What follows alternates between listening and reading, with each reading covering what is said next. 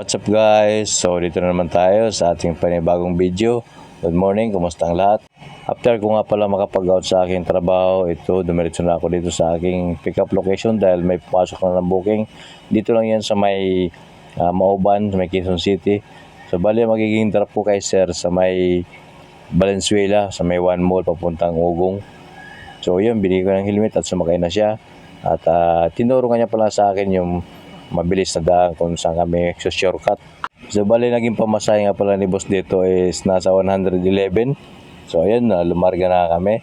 Pagkalipas nga pala ng ilang minuto, andito na kami sa aming drop off location. So ayun, binigyan sa akin yung helmet at maya inabot na rin. Bali pamasahe nga pala niya sa 110, binigyan ako dito ng 120. So ayos na ayos yung unang biyahe natin, may tipagan. So hindi nga pala nagtagal, nagkaroon pala ako ng panibagong booking dito lang sa kabilang street lang. Kaya yun, pinikap ko na siya. Pagdating ko dito, inabot ko na yung shower cap, tapos inabot ko rin yung helmet. Sabi nga pala niya sa akin dyan is hindi niya alam kung paano ilak yung strap ng helmet, kaya ako na yung nagkabit sa strap ng helmet. So ayan na, pasakay na siya. Ang hatid niya pala nito ni Madam is sa may Bagbag, Quezon City, going to Novaliches. Ito yung way na kanyang drop-off location. So bali pamasahe nga pala ni Ma'am dyan is nasa 68 pesos lang. So bali malapit lang kasi mula Valenzuela. So ilang minuto ang lumipas, nandito na kami sa aming drop-off location. So bali ang binayad niya pala ni Ma'am dito is 100 pesos na. Hindi na niya na kinuha yung sukli. After nga ng ilang minuto dito, habang ako ay nag-aayos, may pumasok ulit na booking nasa tawid naman ng Quirino Highway. So bali pinuntahan ko na kagad para ma-pick up ko na yung ating pasahero. So ito yung pasahero natin na pangatlo. Yan si Ma'am. Malapit lang yung ano niya yan, yung drop off niya sa may Mindanao Avenue lang. Nagdagdag pala siya dyan ng tip dun sa ating booking, kaya umabot ng 100 pesos din yung kanyang pamasahe. So ayun na nga, binigay natin ng helmet para makasakay na siya. Shoutout nga pala kay Sulpicio Canlobo, saka kay Alex Herrera na lagi nagsishare sa mga video ko. Maraming salamat sa iyo mga. May mga araw talaga na minsan maraming pasahero, sunod-sunod ang booking. May time naman din na matumal. Sa araw na to, medyo sinerte ako kasi sunod-sunod din ang ating naging pasahero. So, nandito na tayo sa drop-off location. Dito si Madam na nagpa-drop sa may Mindanao Avenue. So, ayan, pagkababa niya dyan, nabuti ang bayad. Then ako na rin nagtanggal ang kanyang helmet kasi nagmamadali si Madam dyan. Malilit na sa kanyang work. Kaya after that, may pumasok na naman pa ng bagong booking sa siguro 3 minutes ang layo. So dito na ako agad sa aking pangapat na pasahero. Yan si Madam, binigyan ko yan ng shower cap saka helmet.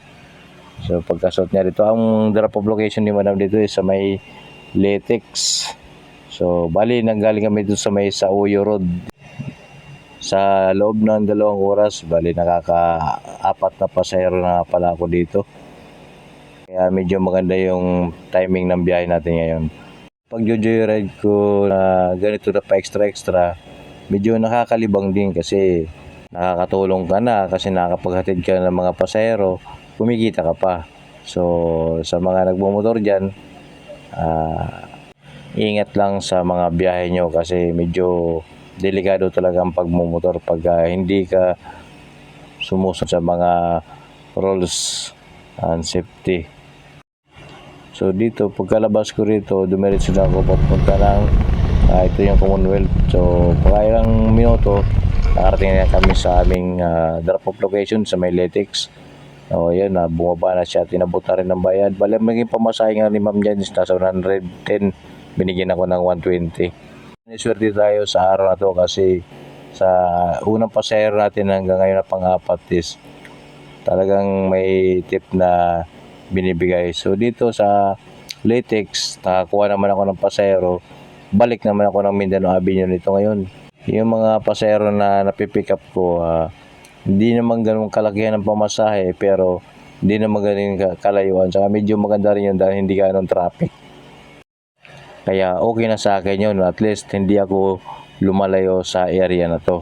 Kasi pagka malayo, nahihirapan din ako pagpauwi kasi hindi tayo pwedeng magsagad sa biyahe kasi may pasok pa mamayang gabi. Pagsakay nga pala ni Sir Jan, hindi ko na siya nakuha ng video pagbaba kasi nalubat na pala yung aking camera. So, nagpalit nga pala ako ng battery. Kaya inayos ko muna yung camera ko pagkababa niya diyan. So, dito na tayo sa ating panibagong pasahero. Dito lang yun sa may Saoyo Road. So, ayan, i-set up ko na yung aking camera kaya kapag video na ako ulit. Pagkabigay ko nga pala dyan ng shower cap file, inabot na rin ang met. Bali, ang drop off location niya pala ni ma'am ngayon dito is sa Bisling, sa may Susano. May lagpas ng bayan na Balichis. Inayos ko muna yung strap ng helmet. Hindi nga pala kasi sa kanya. In-adjust ko muna. Sabi nga niya dito malilit na daw siya. May exam daw siya. Kaya ayun, nagmadali na ako dito at pinasakay ko na siya. Nahirapan niya siya sumakay dyan kasi naka-uniform, nakapalda. Tinanong ko nga siya dyan kung okay na siya. Kaya lumarga na kami. Around 10 o'clock na pala ito ng tanghali na. Kaya medyo mainit-init na. Kaya pagka dating namin dito sa aming drop location, dito yan sa may Susano, may Novaliches, Bisling. Dalawa nga palang Bisling dito sa may bayan. Yung sa kabila, sa may gilid ng Quirino, yung pala yung main ng school na Bisling. So ito, inabot na yung bayad niya. So yun, tinanggal ko ng kanyang helmet dahil medyo nahihirapan siya. At maraming salamat nga pala sa mga sumusuporta sa video ko. See you my next video. Kita kits. So hanggang dito lang ating video sa ngayon.